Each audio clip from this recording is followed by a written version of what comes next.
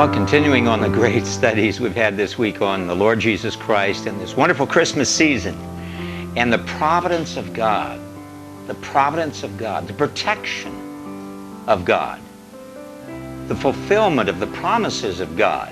These are the things I'm talking about this week, because God's going to work the same way in your life that He worked in Jesus' life. He's going to fulfill every promise to you. And I want to read several out of the story of Matthew. This is so dynamic because it shows how God used dreams. Has God ever used dreams in your life? You know, dreams are a prophetic way that God speaks to us. God spoke to Joseph several times in a dream. He gave Joseph a dream about Mary. And Joseph believed that dream. He accepted it as from God. So he took Mary to be his wife.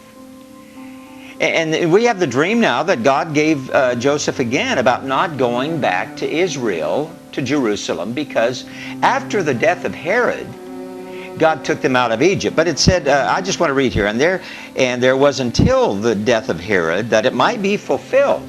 Remember that word, that it might be fulfilled, which was spoken about the Lord from the prophet, saying, out of Egypt I have called my son. See, a prophecy had been given that he would come out of Egypt. So God allowed, by divine providence, Mary and Joseph to flee down to Egypt. In the night, it says, they left because of the warning God had given them that Herod was going to kill their son, Jesus. And God, of course, protected Mary and Joseph and Jesus. And then after the death of Herod, another king rose. And by the way, another fulfillment was in verse 17 there of the Matthew chapter 2. And that it might be fulfilled, which was spoken by Jeremiah the prophet, saying, in Ramah there was a great herd of lamentation and weeping and great mourning. What happened? Herod had killed all the children under 3 years of age. Again, a fulfillment of prophecy given by the prophet Isaiah. And then we have the third prophecy.